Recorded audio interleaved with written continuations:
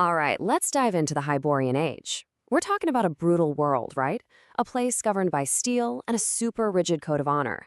Here, existence itself boils down to one simple, unbreakable rule. Every debt gets paid.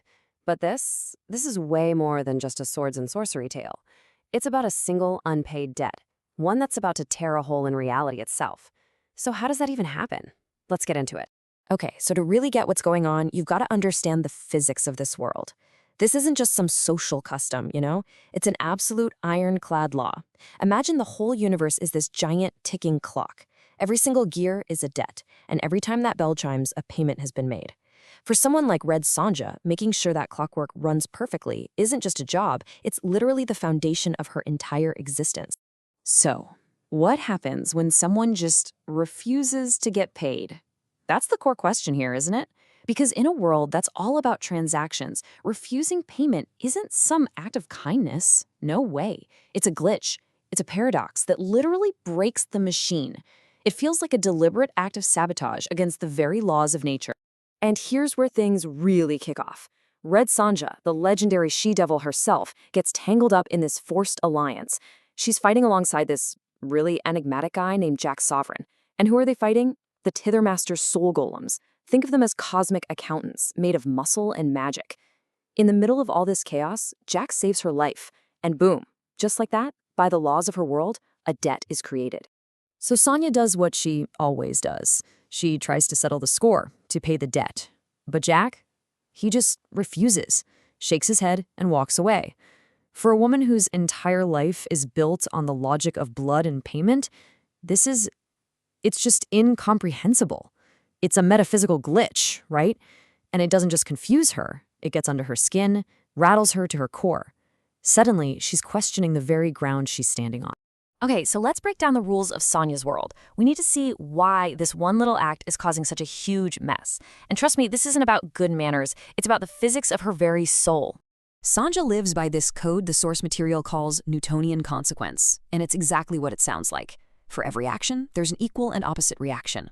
It's brutal for sure, but it's also predictable. You save a life, you're owed a boon. You do someone wrong, there's a blood price. It's a harsh system, but it's clear. It gives her world structure.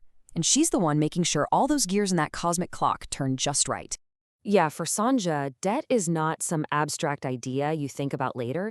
It's a sacred thing. It's a tangible, physical weight on your soul.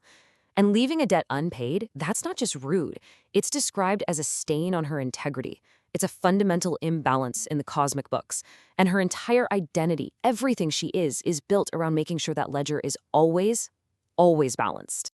Which, of course, brings us to the guy who walks in and decides to just melt down all the gears in her perfect clockwork universe. It's time to meet the architect of all this chaos, Jack Sovereign.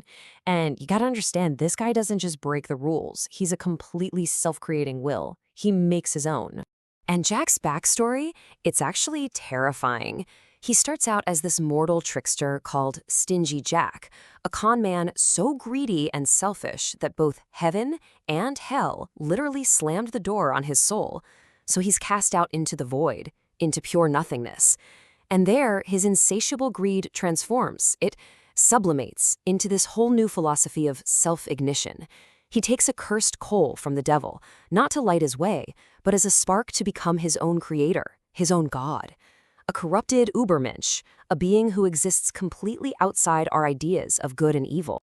And this is where their two worldviews just smash into each other. You can see it right here. For Jack, debt is nothing more than a chain, a dead concept that needs to be broken. But for Sonya, it's a sacred promise. He thinks of power as the will to create totally new realities. She sees power as the strength to survive in the one she's got. He's the lawmaker, she's the law abider. There's no middle ground here. Their philosophies cannot coexist. So after completely wrecking Sonya's reality just by saying no thanks, Jack's next move is way more direct.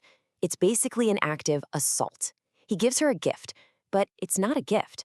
It's a weapon. A weapon designed to wage war on reality itself. And what is this reality-breaking weapon? It's a hollowed-out, fossilized turnip. Seriously. For a no-nonsense warrior like Sonya, her first reaction is basically insulted amusement. I mean, it's a worthless vegetable, but that's the point. The form is a cosmic joke, A total masterstroke of mockery.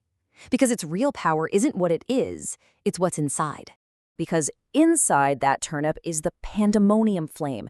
And this is not just any fire. It's called a seed of sovereignty. It's a tool for ontological warfare, which is a fancy way of saying it's for waging war on the very nature of existence itself. This flame literally burns concepts. It can erase the soul ink that the Thither Master uses on his cosmic ledger to track every soul's debts. It's a cosmic eraser, and it's Jack's invitation for Sonya to spark her own self-ignition. Now look, when you do something like punch a hole in the universe's cosmic balance sheet, you better believe the higher powers are going to notice. An act this radical, this insurrectionist, it does not go unobserved by the big players who have a stake in this game. And the reactions come in fast. You've got Pan, the god of vitality and chaos, who absolutely loves this. He's celebrating this wild act of free will. Then there's Cynos, the embodiment of nihilism and despair, who is completely repulsed by what he calls a putrid spark of hope.